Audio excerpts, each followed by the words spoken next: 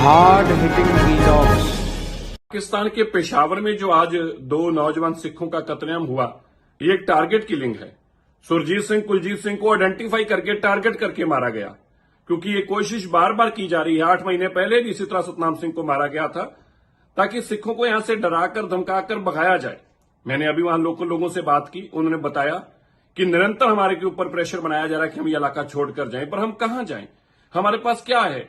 हम गरीब लोग हैं। और बाजार में वो लोग आए, उन्होंने आके आइडेंटिफाई पहले सिख किया कि सिख कहां बैठा है, और उसको जाके गोली मारी। किसी और पर उन्होंने कोई फायरिंग नहीं की, लेकिन सरकार भी उनको बचाना नहीं चाहती। लोगों का मानना है कि सरकार इनके साथ मिली हुई है। मैं विदेश मंत्रालय से आग्रह करता हूं, तुरंत हमें वहां की सरकार के ऊपर दबाव बनाना चाहिए। हमने हर कोशिश करके देख लिया, हम एम्बेसडर से मिल लिए, सड़कों पे प्रोटेस्ट हमने कर लिए, लेकिन पाकिस्तान के बंद काम कोई खोलने को तैयार नहीं है। वो ये सुनना ही नहीं चाहते, वो सिखों को वहां पे खत्म करना चाहते हैं। इसलिए मेरी आग्रह है, हमें पूरी दुनिया भर के लोगों को मिलकर एक प्रेशर बनाना होगा, वरना सिख जो है पाकिस्तान से कुछ समय के अंदर अंदर खत्म हो जाएंगे। 10 लाख सिख थे और आज 15-16 हजार सिख बचे हैं, और पेशावर में कुल 4,000 सिख बचे हैं। आप कल्पना करके देख लियो कितना मेंटल टॉर्चर उनके ऊपर है, कितना शारीरिक उनको ताशना दी जा रही है ताकि वो मुल्क छोड़कर जाएं। मेरे आग्रह है सारी इंटरनेशनल कम्युनिटी से भी, कृपया हमारे इन सिखों का वहां पर साथ दें, इनको बचाने में हमारा सहयोग करें।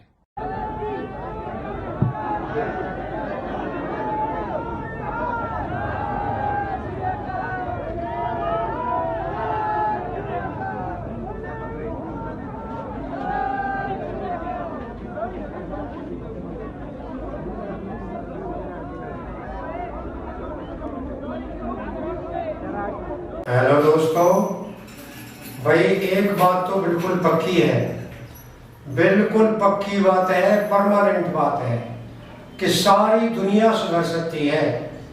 पूरी दुनिया अपने को संशोधित कर सकती है, पूरी दुनिया अपने आप में बदलाव ला सकती है, खुद को एमेंड कर सकती है। लेकिन एक मुल्क है जिसका नाम है पाकिस्तान, वो कभी भी बदलने के लिए तैयार ना तो था और ना है, और ना आगे भविष्य में उसके बदलने की कोई संभावना है। दोस्तों, आपने वीडियो क्लिप देखी होगी कि किस तरह हमारे सिख भाइयों को पेशावर में टारगेट किया गया और बाकायदा उनकी पहचान की गई। भाई पुलिस वालों को पहले सूचना दी गई कि भाई हमें इन 2 आदमियों को कत्ल करना है और तुम जो है इधर उधर हो जाना। पुलिस वाले इधर उधर हो गए, वो आए, बाकायदा उनकी पहचान की और दोनों को भाई टारगेट में किलिंग कर दिया गया। आप जानते हैं दोस्तों कि ये काम पाकिस्तान का आज से नहीं है। 1947 से, जब से ये मुल्क वजूद में आया है, तब से ही भाई माइनॉरिटीज पर, इस मुल्क की फोर्सेस का, इस मुल्क की मिलिट्री का, इस मुल्क के सिविलियंस का, इस मुल्क की पुलिस का, इस मुल्क की अथॉरिटीज का और ब्यूरोक्रेसी का, सबका इतना अत्याचार हुआ है और इतना अत्याचार हो रहा है कि माइनॉरिटीज के लिए अब पाकिस्तान में रहने के लिए कोई जगह नहीं बची है। दोस्तों, मैं आपको बता दूं कि जिन 2 सिख भाइयों को टारगेट किया गया है, बाकायदा उनकी पहले रेकी की गई, उनकी पहले पहचान की गई, पुलिस को सूचना दी गई, सिक्योरिटी फोर्सेस को आगाह किया गया और इन्फॉर्म करने के बाद बाकायदा वो दोनों आतंकवादी आए और दोनों सिखों को भाई उन्होंने शहीद कर दिया।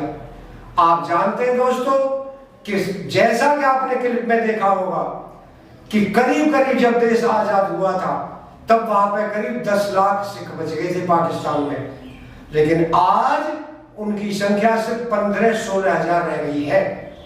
दोस्तों, आपको पता होगा कि कितनी जल्दी इन 70-72 सालों में, कितनी जल्दी भाई करीब करीब 99% सिखों को वहां से वाइप आउट कर दिया गया है। कुछ सिख मजबूरी में हिंदुस्तान आ गए, जो कि भाई उनका मुल्क है।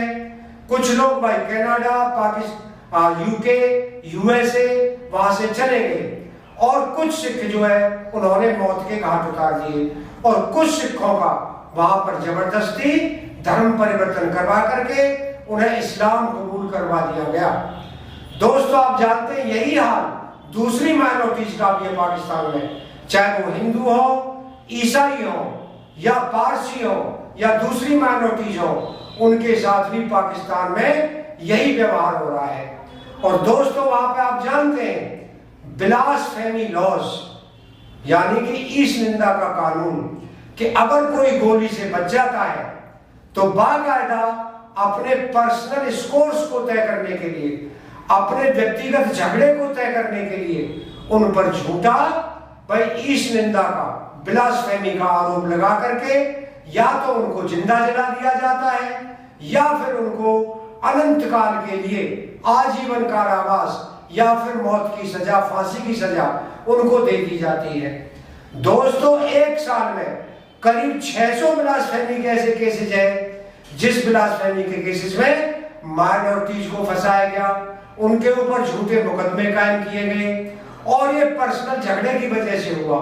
जैसे मान लीजिए किसी हिंदू में और भाई मुस्लिम में झगड़ा हो गया, किसी मुस्लिम में सिख में झगड़ा हो गया, किसी ईसाई में मुस्लिम में झगड़ा हो गया, तो और कुछ नहीं, अगर मान लीजिए कुछ नहीं हुआ उस आदमी का और भाई वो ईसाई, सिख या हिंदू अपनी बात पर डटा रहा और झुका नहीं, तो उस पर झूठा ईश निंदा का आरोप लगा दिया गया और ईश निंदा का आरोप लगा करके या तो भाई उसका कत्ल कर दिया गया, या आपने देखा होगा आजकल भाई जिंदा जलाने के केसेस बहुत हो रहे हैं, यानी झूठा आरोप लगाया ब्लास्फेमी का और भाई एक इंसान को जिंदा जला दिया गया, आग के हवाले कर दिया गया।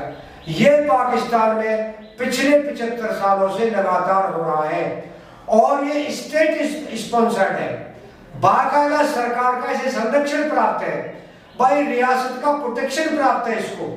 ये ऐसे नहीं कोई पर्सनली आदमी कर रहा है, बाकायदा सरकार हरकत में आती है और जो भी झूठे आरोप लगाते हैं, जो भी कत्ल करते हैं, उनको बाकायदा पहले दिन से ही, पहली मिनट से ही उन्हें बचाने का काम शुरू हो जाता है कि कैसे इनको बचाया जाए। यानी कि जिसने आग लगाई, जिसने कत्ल किया, जिसने ब्लास्फेमी का झूठा आरोप लगाया, उस आदमी को पहली मिनट से ही बचाने का काम शुरू हो जाता है।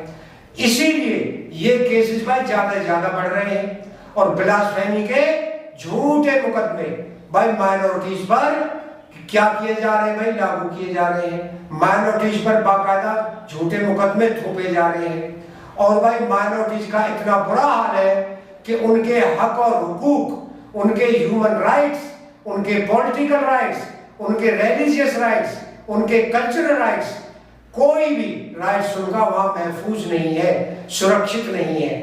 दोस्तों जिन 2 सिखों को कत्ल किया गया है ये कोई आज की घटना नहीं है। आपने देखा होगा लाहौर में ऐसे कितने वाकये हो रहे हैं, भाई लड़कियों को उठा लेना, जबरदस्ती निकाह कर लेना और उनका भाई धर्म परिवर्तन करवा देना, ये पाकिस्तान में आमतौर पर चल रहा है। और जो लोग ये करते हैं उनको बाकायदा आर्मी, पुलिस, ब्यूरोक्रेसी, पाकिस्तानी रियासत बाकायदा उनको इनाम देती है और इनाम दे करके बाकायदा उनको नवाजती है। उनको भाई कुछ पैसे दिए जाते हैं, उनकी बाकायदा हेल्प की जाती है, फाइनेंशियल उनको एड दी जाती है और उनको और उकसाया जाता है कि ज्यादा से ज्यादा माइनॉरिटीज का धर्म परिवर्तन करवा करके उन्हें भाई इस्लाम कबूल करवाया जाए। ये पाकिस्तान में हो रहा है। दोस्तों आपको पता होगा कि हिंदुस्तान ने जो CAA जो पास किया था, भाई सिटीजन अमेंडमेंट एक्ट, नागरिकता संशोधन अधिनियम जो पास किया था, वो इसीलिए पास किया गया था कि जो भी माइनॉरिटीज है उसमें भाई हिंदू है, उसमें भाई सिख है, ईसाई है, पारसी है, बौद्ध है, जैन है, उन सबको भारत में भाई सुरक्षित लाया जाएगा। और जो कोई भी अफगानिस्तान से, बांग्लादेश से, पाकिस्तान से जो भी माइनॉरिटीज जिनका धार्मिक उत्पीड़न हो रहा है, जिन पर धार्मिक अत्याचार हो रहे हैं, जिनको धार्मिक आजादी वहां पर नहीं है, उनको बाकायदा हिंदुस्तान आकर नागरिकता लेने का अधिकार है। इसीलिए इसे पास किया गया था। लेकिन पार्टियां आप देख रहे कि पार्टियां किस तरह इसका विरोध कर रही है। CAA को 2023 से लिटरली अक्षरशः लागू किया जाएगा और कोई कितने जोर लगा ले, कोई रोक नहीं सकता।